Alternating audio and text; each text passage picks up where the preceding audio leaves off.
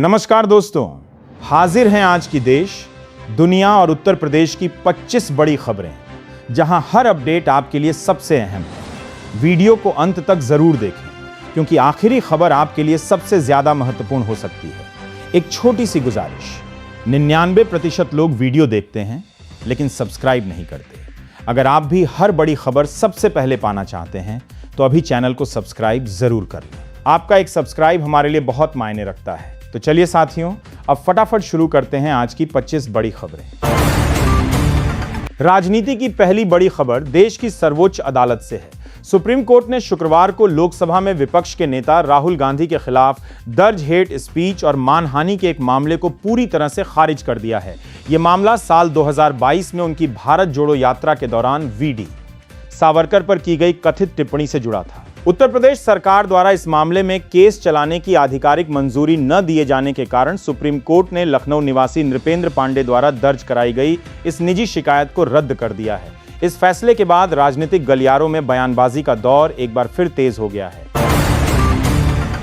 अगली बड़ी राष्ट्रीय खबर देश की प्रथम नागरिक से जुड़ी। 80वें स्वतंत्रता दिवस की पूर्व संध्या पर राष्ट्रपति द्रौपदी मुर्मू ने देश को संबोधित किया। अपने इस महत्वपूर्ण संबोधन में राष्ट्रपति ने देश की न्याय प्रणाली पर विशेष जोर दिया। उन्होंने कहा कि न्यायपालिका से जुड़े हर व्यक्ति का यह परम कर्तव्य है कि देश का कोई भी नागरिक संसाधनों की कमी या आर्थिक तंगी के कारण न्याय से वंचित न रह जाए। उनके इस भाषण की शुरुआत वंदे मातरम और समापन राष्ट्रगान के साथ हुआ, जिसे पूरे देश में बेहद गंभीरता से सुना गया। अब रुख करते हैं उत्तर प्रदेश की एक बहुत बड़ी योजना की तरफ। आगामी चुनावी तैयारियों को देखते हुए मुख्यमंत्री योगी आदित्यनाथ की सरकार महिलाओं के लिए एक बड़ी आर्थिक सहायता योजना लाने पर विचार कर रही है। प्रारंभिक जानकारी के अनुसार इस योजना के तहत पात्र महिलाओं को कुल 50,000 रुपए की वित्तीय मदद दी जा सकती है। योजना के पहले चरण में 20,000 रुपए की पहली किस्त सीधे बैंक खातों में ट्रांसफर की जाएगी। इसके बाद बाकी बची 30,000 रुपए की राशि 10,000 रुपए, 10,000 रुपए की 3 समान किस्तों में महिलाओं को दी जाएगी। सरकार की इस पहल को राज्य में महिला सशक्तिकरण और बड़े वोट बैंक को साधने की दिशा में एक बड़ा कदम माना जा रहा है। देश की सुरक्षा और राजनीति से जुड़ी एक और बड़ी खबर। कांग्रेस अध्यक्ष मल्लिकार्जुन खड़गे ने अरुणाचल प्रदेश सीमा पर चीन की कथित बढ़ती सैन्य और ढांचागत गतिविधियों को लेकर केंद्र की नरेंद्र मोदी सरकार पर निशाना साधा है। खड़गे ने सोशल मीडिया प्लेटफॉर्म एक्स पर पोस्ट करते हुए कुछ रिपोर्ट्स का हवाला दिया और पूछा कि क्या चीनी पीपुल्स लिबरेशन आर्मी पीएलए तकसिंग क्षेत्र के पास आगे बढ़ रही है और क्या भारत ने अपने तय पेट्रोलिंग पॉइंट्स पर नियमित पहुंच खो दी है। विपक्ष ने सरकार से इस संवेदनशील मुद्दे पर तुरंत आधिकारिक और स्पष्ट जवाब देने की मांग की है।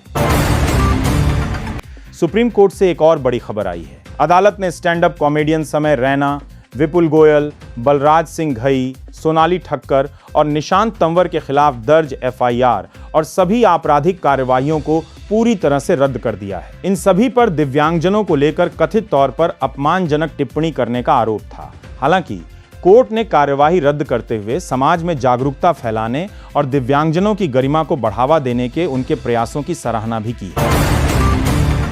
उत्तर प्रदेश के स्थानीय प्रशासन से जुड़ी एक जरूरी खबर। इलाहाबाद हाई कोर्ट में उत्तर प्रदेश पंचायत चुनावों में हो रही देरी के खिलाफ दाखिल याचिका पर होने वाली सुनवाई शुक्रवार को टल गई। अदालत में एडिशनल एडवोकेट जनरल एएजी की अनुपस्थिति के कारण अब इस मामले की अगली सुनवाई सोमवार दोपहर 2 बजे तय की गई है। राज्य सरकार को सोमवार को अदालत के सामने अपना आधिकारिक पक्ष रखना होगा कि चुनाव प्रक्रियाओं में देरी क्यों हो रही है।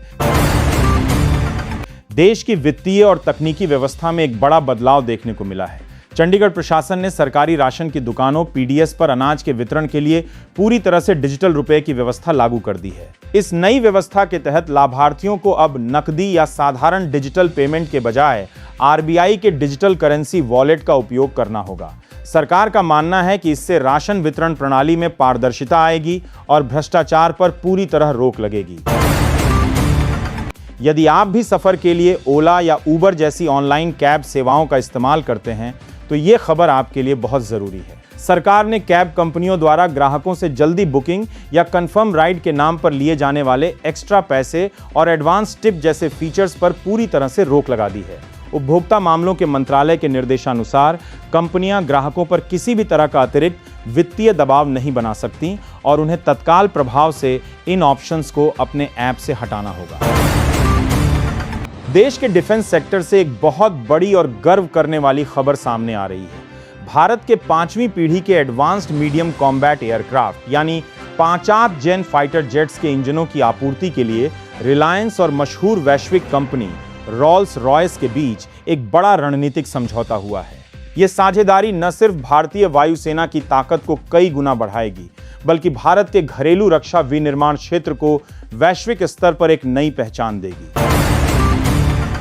कृषि और किसान आंदोलनों से जुड़ी एक बड़ी और संवेदनशील खबर आ रही है।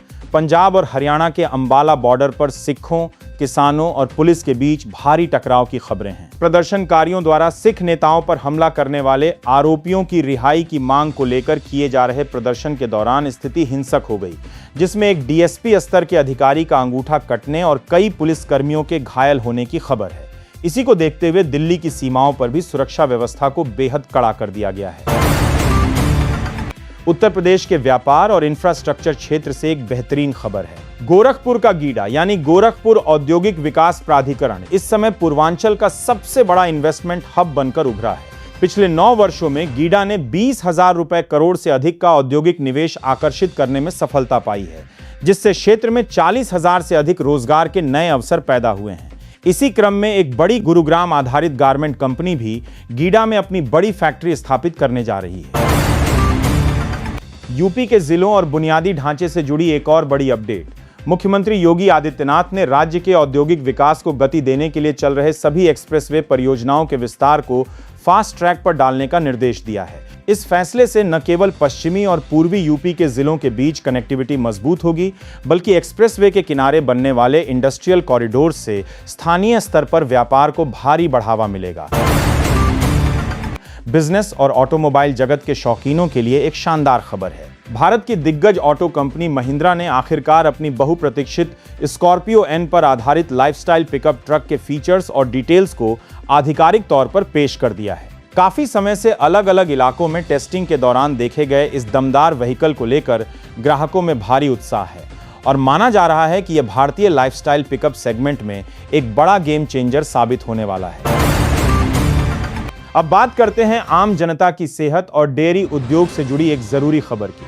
मध्य प्रदेश सरकार ने राज्य में नॉन डेयरी और सस्ते विकल्पों से बनने वाले एनालॉग पनीर की बिक्री और उसके प्रचार पर पूरी तरह से बैन लगा दिया है। सरकार का कहना है कि मिलावटी या कृत्रिम पदार्थों से बने इस पनीर से आम लोगों के स्वास्थ्य को नुकसान पहुंच रहा था।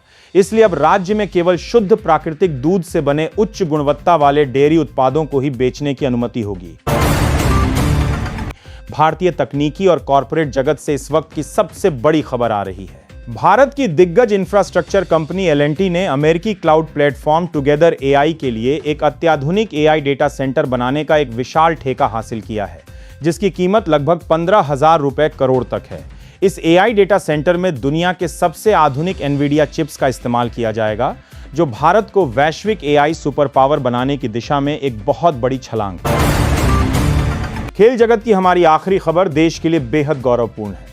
भारत का अहमदाबाद शहर आधिकारिक तौर पर राष्ट्रमंडल खेल कॉमनवेल्थ गेम्स 2030 की मेजबानी की रेस में शामिल हो चुका है। ग्लासगो में आयोजित एक भव्य समारोह के समापन पर भारतीय दल को आधिकारिक तौर पर राष्ट्रमंडल खेलों का फ्लैग और सेरेमोनियल बैटन सौंप दिया गया है, जो इस बात का प्रतीक है कि साल 2030 के ऐतिहासिक खेलों का आयोजन भारत की धरती पर होने जा रहा है। खेल मंत्रालय ने इसके लिए अभी से बुनियादी ढांचे को मजबूत करने की तैयारियां तेज कर दी हैं। तो ये थी आज सुबह की देश, विदेश और उत्तर प्रदेश की वो 25 बड़ी खबरें जो आपके लिए जानना बेहद जरूरी था। हमने बिना किसी फालतू बहस के पूरी तरह सत्यापित खबरें आप तक पहुंचाई। अगर आपको हमारा यह प्रयास और ये वीडियो पसंद आया हो तो इस वीडियो को एक लाइक जरूर करें।